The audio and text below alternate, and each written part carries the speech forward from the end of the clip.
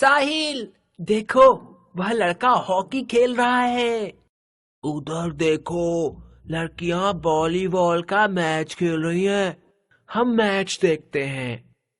चलो। ज्ञान गुरु। साहिल और मधुर ने एक एक वाक्य बोला।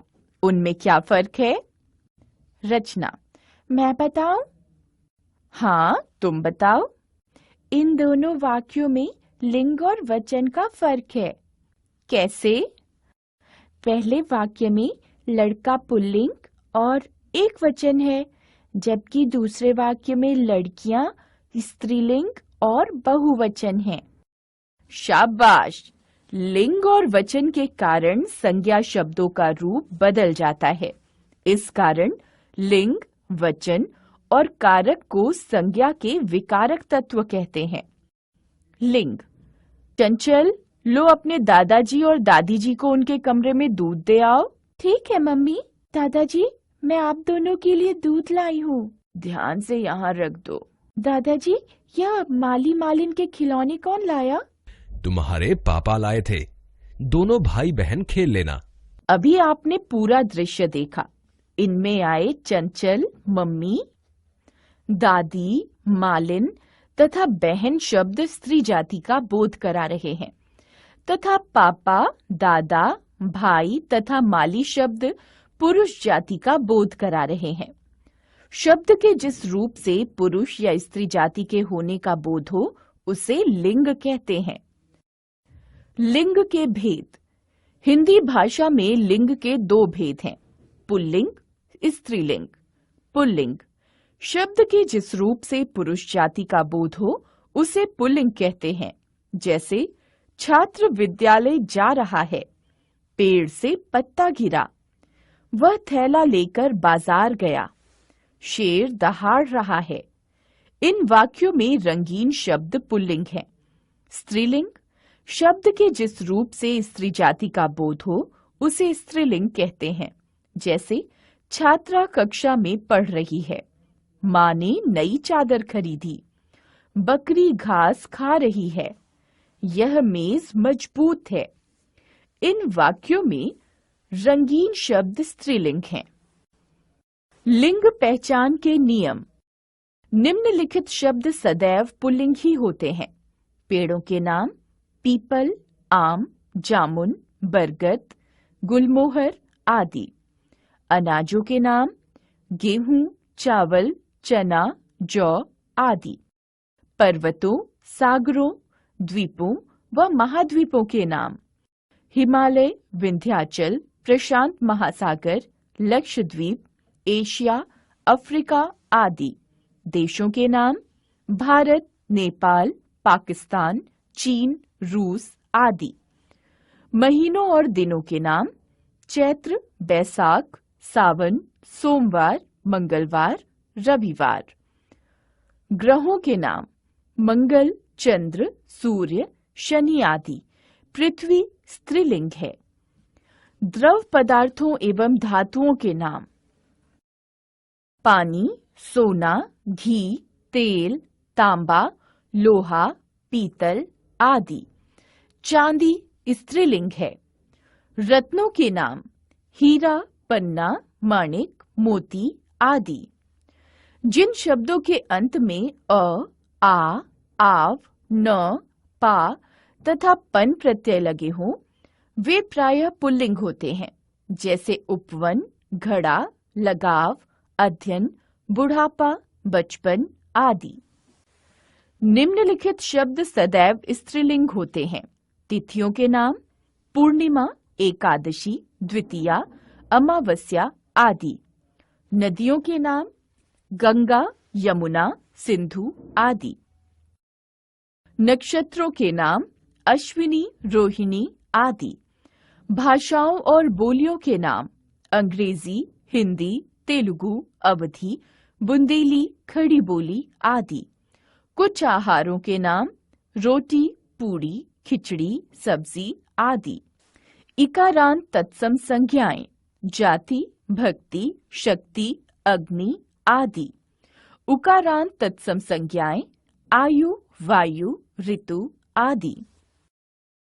आहट, आवट, आई, इया और आस प्रत्यय लगे हुए शब्द जैसे सजावट, घबराहट, बुराई, भलाई, महंगाई, मलाई, डिबिया, लुटिया, कुटिया, मिठास, खटास आदि। लिंग परिवर्तन। हिंदी में स्त्रीलिंग बनाने के लिए पुल्लिंग शब्दों में स्त्रीवाची प्रत्यय लगाया जाता है। अ को आ करके। पुल्लिंग स्त्रीलिंग। छात्र, छात्रा, शिष्य, शिष्या, पात्र, पात्रा, सदस्य, सदस्या, वृद्ध, वृद्धा, प्रिय, प्रिया। आ को ई करके। पुल्लिंग स्त्रीलिंग। चाचा, चाची, मामा, मामी, बेटा, बेटी, बकरा, बकरी, मुर्गा, मुर्गी, लड़का, लड़की। आ को इया करके। पुल्लिंग स्त्रीलिंग। चूहा, चूहिया, चिड़ा, चिड़िया, डिब्बा, डिबिया, कुत्ता, कुतिया, बूढ़ा, बुढ़िया, बेटा, बिटिया। अक को इका करके। पुल्लिंग स्त्रीलिंग। गायक, गायिका, सेवक, सेविका, पाठक, पाठिका, नायक, नायिका, लेखक, लेखिका, अध्यापक, अध्यापिका, शिक्षक, शिक्षिका, याचक, याचिका। आइन जोड़कर। पुल्लिंग स्त्रीलिंग। ठाकुर, ठकुराइन, पंडित, पंडिताइन, लाला, ललाइन, बाबू, बबुआइन। आनी जोड़कर। पुल्लिंग स्त्रीलिंग। नौकर, नौकरानी, जेठ, जेठानी, देवर, देवरानी, सेठ, सेठानी। इन जोड़कर। पुल्लिंग स्त्रीलिंग। लुहार, लुहारिन, माली, मालिन, धोबी, धोबिन, नाई, नाइन, कुम्हार, कुम्हारिन, पापी, पापिन। नी लगाकर। पुल्लिंग स्त्रीलिंग। मोर, मोरनी, भील, भीलनी, सिंह, सिंहनी, जाट, जाटनी, ऊंट, ऊंटनी, शेर, शेरनी। वान का वती तथा मान का मती करके। पुल्लिंग स्त्रीलिंग। धनवान, धनवती, रूपवान, रूपवती, गुणवान, गुणवती, बलवान, बलवती, बुद्धिमान, बुद्धिमती, श्रीमान, श्रीमती, शक्तिमान, शक्तिमती, आयुष्मान, आयुष्मती।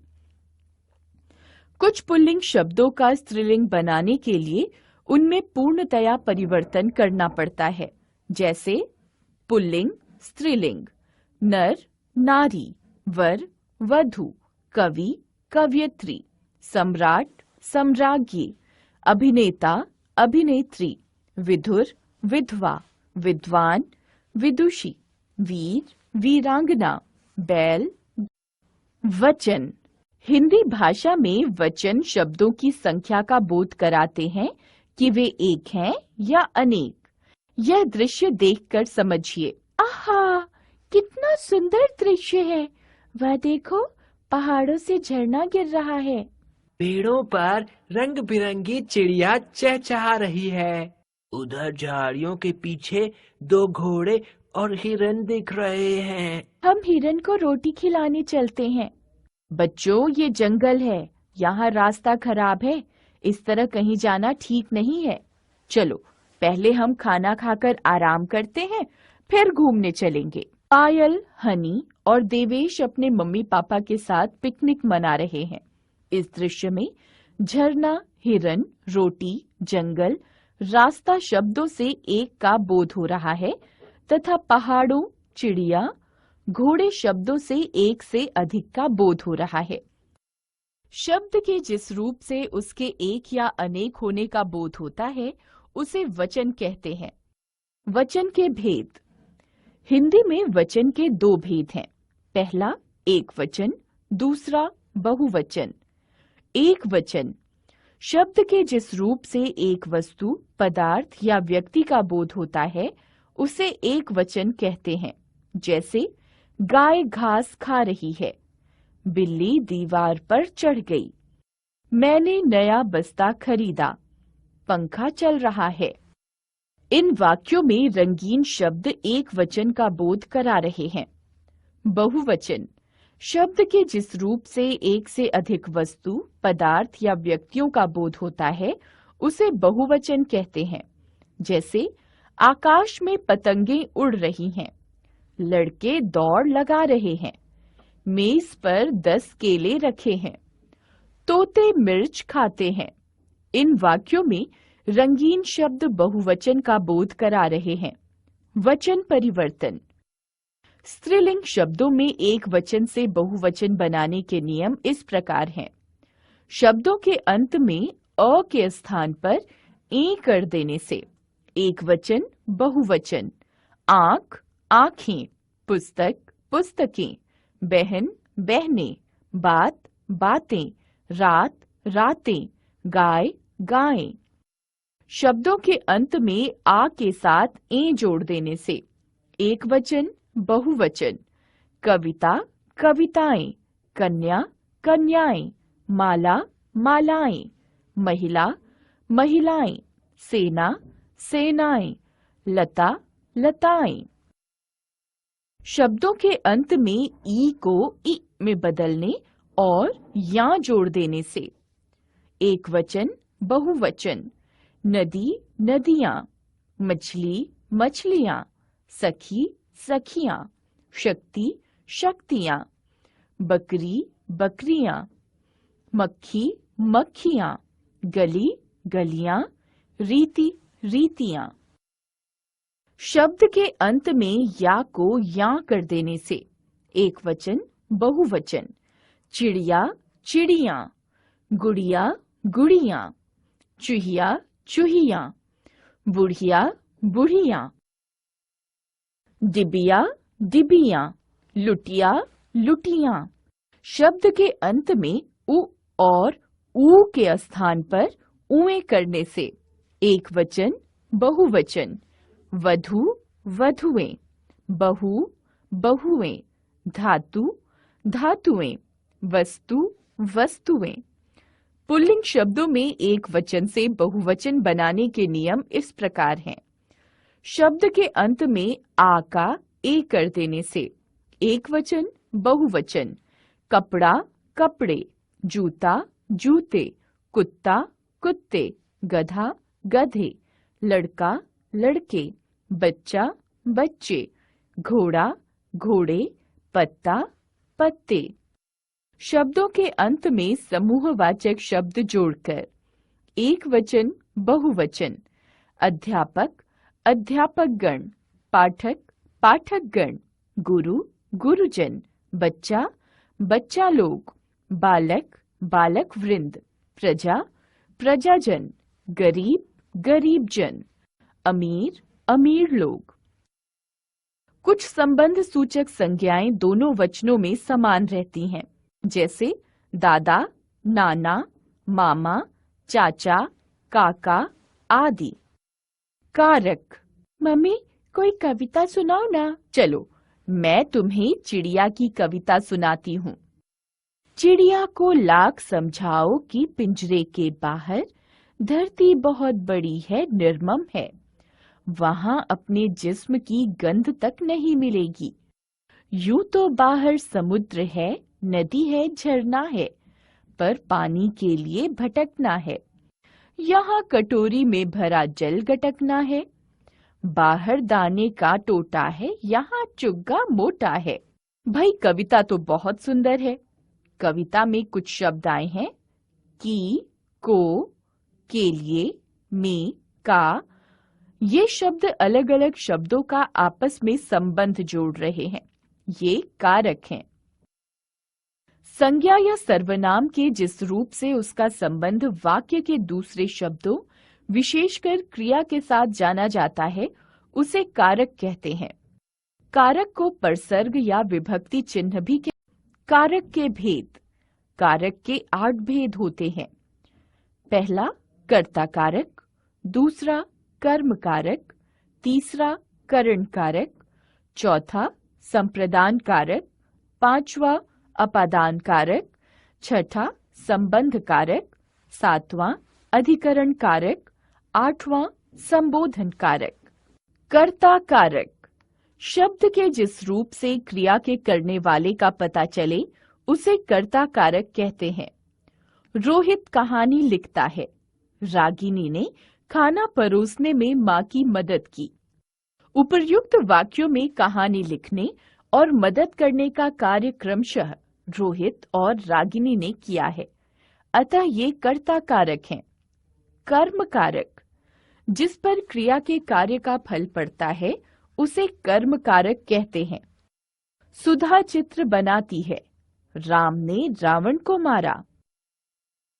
उपर्युक्त वाक्यों में क्रिया का फल क्रमशः चित्र और रावण पर पड़ रहा है, अतः ये कर्म कारक हैं।